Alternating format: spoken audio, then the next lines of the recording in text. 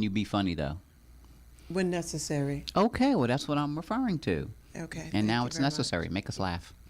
Your nuts are rattling. See, don't quit your day job. If you listen closely, you actually will hear a can of nuts rattling.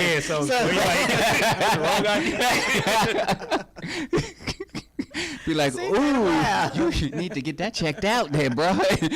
You ain't supposed to sound like that. That was good. I know they had to hear it, so I'm just calling out what the sound was. There's the clinic around the corner, and You keep coughing and stuff. I got a shot for that, and Some ointment. yes. Do you hate when you go to the doctor and they tell you to bend over?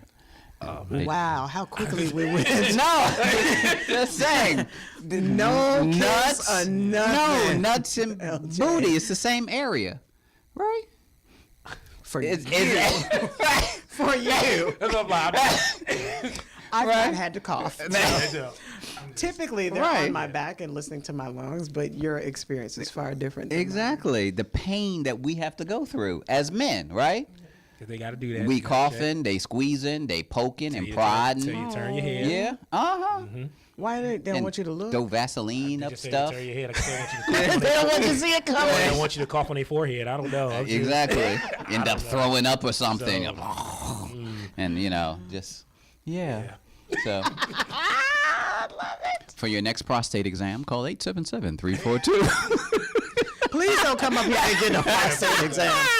If you come to WDRB for a prostate exam, I can promise you cannot take that doctor's note anywhere and get anything. What? We take all forms of Medicaid, EBT, CLT. You can't use an EBT card for a prostate exam. It happens, I guess. I don't know. Can't you get it with that? No. It's not for that. No. Can you use it for that? No. You can't Why use it for not? any medical needs. The closest you can get with an EBT card is by making a healthy option in your purchase of food. That's about it. That's like a food stamp. You can't get a prostate exam with a food stamp. Well, we like barter or something, right? What? What? Oh, I'm glad I don't have to get no exam, especially from here. You take care of the exam. I got your groceries for the month. Right. See, that's what I'm saying. Something, I am a doctor, so we will figure it out. Ooh. One way or the other. He gonna be watching Yes. YouTube and Googling. What? We gonna figure this out. You got the cough part Ex- and a juggle, but you there's more to it than that. Juggernaut. No. Get it right. LJ, how are you, sir? I'm doing good. I'm very happy to be here. I'm good. happy Glad that to you're have happy. And enjoy We're glad myself. to have you. Appreciate it. I'm glad Yes. to be here and enjoy time with the fam. So, Yes, and you got good hair too.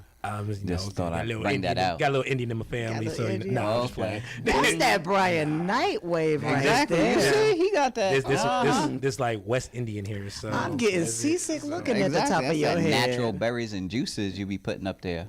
Something like that. Just let your soul glow. Ain't That's nothing right. ain't nothing but warm, like taking a shower, making sure my hair's good, warm water and some shea butter and virgin olive oil. That's it. What about virgins? Virgin olive oil. What? Oh, okay. Lord. What? I just want to make sure I ain't missing we're nothing. not sacrificing nobody for this. Yeah.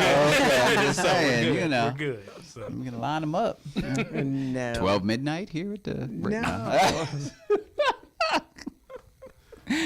So tell us about Poetry in Motion. Oh, so yeah, poetry in motion. So He's like, oh yeah, Yeah. that's what I'm supposed to be here for. yeah, so Poetry in Motion LLC. It's a business that, funny story, derived from a show we used to do in Fayetteville called Poetry in Motion. Poetry in Motion was, at the time we were doing the event, 'cause we did the event for 2 years, was the biggest poetry event in the city. And when I mean biggest, we did it weekly, but we used to bring in like 120 people on a Tuesday basis. So years later, I had this idea of wanting to start up a business where not only are we still promoting poetry, but we're also doing more with poetry, not just events where people can come out and be entertain, but also edify them as well. So what we started doing with the Poetry in Motion LLC was we started doing writing workshops. We started doing mentoring with some of the youth in our city. Cool. We also do a lot of event planning. And when I mean event planning, there's a lot of people that always come to us and ask us questions like, how do I put on a successful poetry event? What's the budget for most poets? What do I got to do to charge and make an event successful? So we just give them tips on how to put together a successful poetry event in the city. And aside from everything else, we do motivational speaking. We've had the privilege of performing last year at Duke University for an art exhibit that they brought for the Unknown Soldier, which was done by a photographer by the name of David J. So we spoke on the panel as far as being in the military and just speaking on our behalf of our experience in the military, along with giving them spoken word. So we've been in existence since April of 2015, and we've been doing a lot of great stuff with the business. Last year, we got nominated to be part of the class of 2017 Fayetteville 40 Under 40. So that was an honor to be voted on by my peers to accept that award. So it was unique because you always hear about poetry. You always see people do poetry. You may hear a button poetry, deaf poetry, everything like that. But I don't think people until now, because it's starting to get a lot more attention now, didn't understand what poetry does and how it affects people, especially in the healing sense. Because a lot of people, when they write these poems, they're not writing just because they want you to snap your fingers and oohs and ahs. Some of these people are like telling you a story about either their life or somebody around. You have a lot of people now, especially with the current climate of what's going on in the world, talking about everything dealing with Black Lives Matter, the Me Too movement, everything, even dealing with excuse me, being a black nerd. And I'm like very fond of being a black nerd because as a nerd, it's so crazy that people think that because you know a lot of stuff or you like watch cartoons or something, you should always be perceived that you can't do that or you should look at that stuff because that's something that unfortunately white people do. And I'm like, no, that's something that everybody do. If you like one certain thing, it shouldn't be a color demographic or a border using color for those things. So, But you know that it is though. Only in the mind and only by perception. Because even with like rock music, everybody thinks that even now with rock music, like it's supposed to be like a predominantly white genre, but we started rock music. We the ones that did that music. Jimi really started with us. Like even with a lot of the stuff that we do, even when it comes to storytelling in a sense, like if you want to take it to a biblical sense, at the beginning was a word, so you can say it started with that. But when you want to go to like the original storytelling, it all started with African griots back when they was telling stories around campfires to their tribe, which we end up turning into what we have now. And then from there, throughout the years, it's been derived to different styles, different forms, like villanelles, limericks, haikus, and rayus, free write poems, the epic poem, which a lot of people didn't even know that the Odyssey, which everybody knows that story about Odysseus when he goes on that long journey, all that is a whole story built around a lot of poems, just called an epic. So Wildin' Out. So with Nick Cannon. Yeah, like even with hip hop, rap. Like a lot of people like listen to rap, but even some of the artists back in the day say that rap was an acronym for rhythm and poetry. So if you take away the music and you just give a person the lyrics to even just spit without the music, it's literally bar for bar a poem just without the music. And they can break it down to stanzas and all of that. So nothing's new under the sun. Even a lot of poets that you don't even know about are some of the actors and actresses that you see now on TV, and they all started from poetry. Omari Hardwick, who everybody knows from Power, slammed on the Poetry Lounge, which is a team that was based out of Los Angeles, California. But before he even started doing acting, he was on a National Poetry Slam team. One of my favorite friends that I can honestly sit here and say I know, her name is Terriona Ball, which goes by Tank and the Bangers. So I don't know if anybody knows about Tank and the Bangers, but Tank and the who? The Bangers. They're a music group out of New Orleans, Louisiana, and they were featured on NPR Tiny Music Desk. They won this big competition, and they're touring like crazy. But she started off doing poetry with a team out of New Orleans called Team Snow, which is Slam New Orleans. A poet out of North Carolina that now stays in Los Angeles by the name of G Yawazawa, who goes by G, was a poet that slammed on a team called Bull City, but is now becoming one of the biggest hip-hop acts in the country, going up, blowing up everywhere. If someday you rode around town, you heard somebody playing a song called North Cac, say it's the North Cac, baby, I'm a boss, that's G Yawazawa. And all that started from people doing poetry and now moving on to other platforms. So with poetry is always a beginning platform, but it's never the end-all, be-all. You can always do stuff with poetry and incorporate into something else. Even with me, I incorporated doing a lot of poetry and nerd-based stuff with some of the Comic-Cons here in the States. and we just literally came from DC last week doing this thing called BlurCon, which is a Comic-Con event put together by us, and it was like the funnest experience ever. And they had so many great panels there. One of the panels dealt with Spoken Nerd, which was one of my friends by the name of Lauren Bullock that put together a panel based on doing poetry and putting it around nerd topics. We did a panel called the Nerd Slam. Where What's a nerd topic? So, nerd topic. So, popularity's sake, they say that nerd topic has to be anything dealing with anime, cartoons, anything of that nature. Protractors. That's what I'm about to get to. So, Yeah. with me, I don't think you should limit nerd to those particular things, because when you go to a Comic-Con, I mean, they expect you to do like fantasy novels Right. and cartoons and comic books. Yeah. But I feel as if you're a nerd, then it shouldn't matter. It doesn't. It expands beyond that. So I can sit here right now and say that, and this is, I don't know for certain, I'm just using y'all as an example. Let's say that you've seen every Rocky movie. Okay, so I'll be a Rocky nerd. But you'll be a Rocky nerd because you know that. Let's say you don't even like look at that stuff, but you know everything about NBA basketball from the 90s to the 2000s, but you know certain facts about that. So that would make you a nerd based on that particular thing. And I think what ends up happening sometimes, and it's just like with a lot of stuff we do, we get marginalized into what should be accepted and what should not be accepted. So we start shaming in a sense, but not even really understanding what it is. So I think that's what happens sometimes with that. So with our panel, our Nerd Slam panel, depending on what the topic is, if we can find the information at that time, we let it be open to any and everything. We had somebody do spiders one day, and they knew their stuff about spiders. We had somebody do somebody doing Lord of the Rings, and they were going to get somebody that wanted to do the whole Friday franchise, and they knew that the Friday franchise in and out, but it's because it's facts about those things. So So really, anything that you're passionate about, anything that you're knowledgeable about, everybody's really a nerd. Exactly. And I think, that's what I said, like society standards, or the cool kids think that when you say nerd, it has to be this, or Steve it has to Urkel, be that. glasses, That's pants it. up high. But it don't.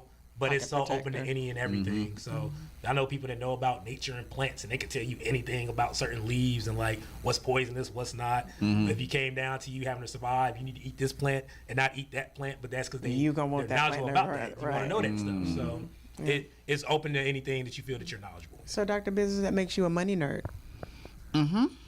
Yes, I'm knowledgeable about that I'm a burpee nerd. because you know all about burpees. I know all about burpees. And you can burp babies, and you can burp yourself. and, Yes, absolutely. Watch. You have burped. Oh, I'm just okay. joking. I'm not doing Okay, that. I was like, okay, burp on command.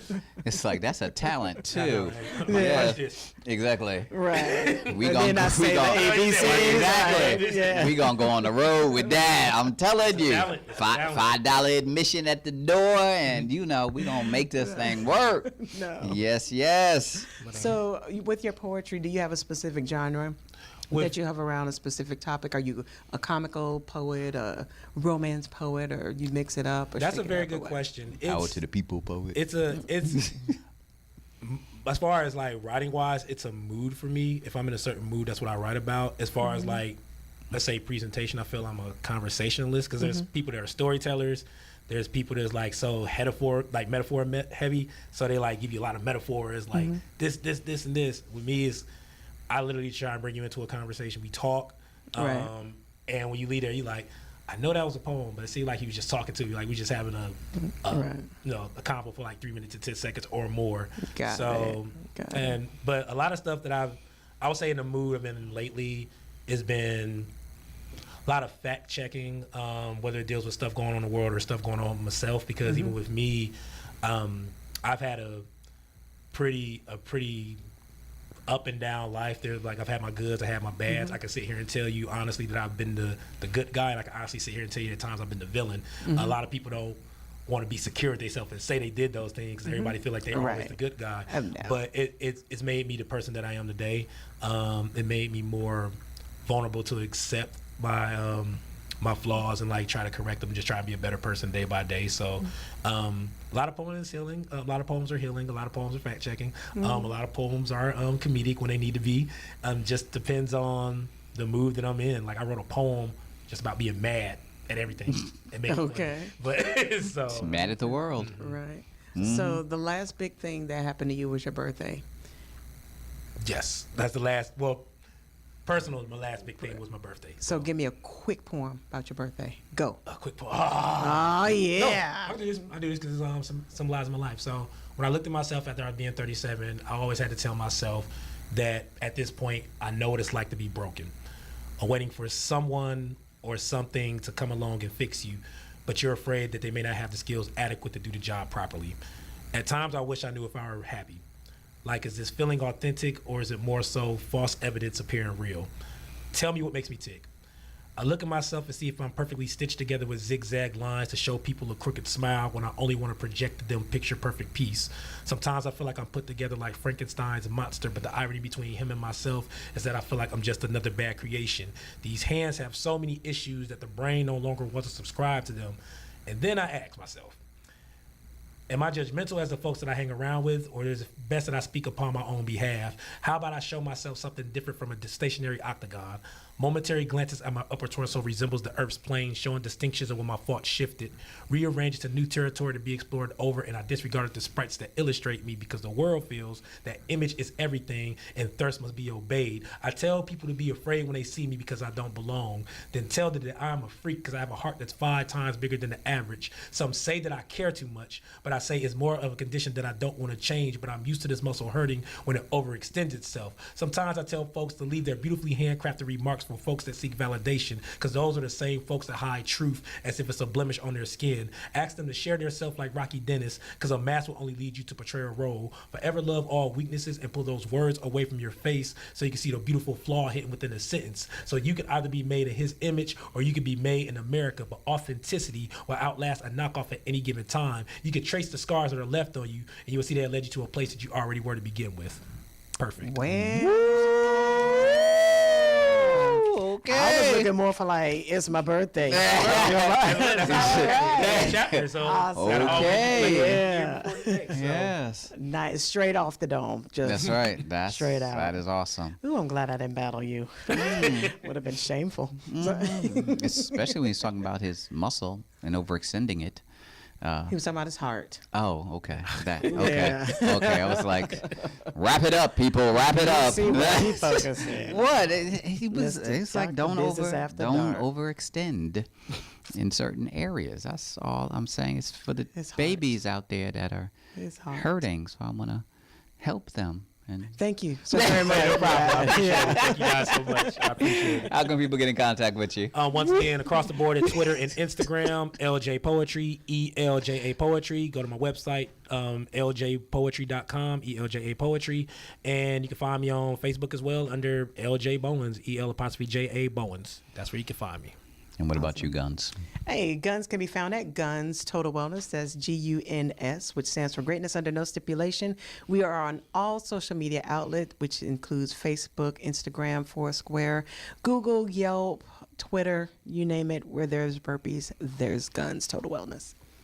Thank you so very much, family, for tuning in to this, another Profit and Growth segment, where we're always looking to give you something for your head, something for your heart, and something for your hands to do. I am Dr. Bizness, and we'll see you next time.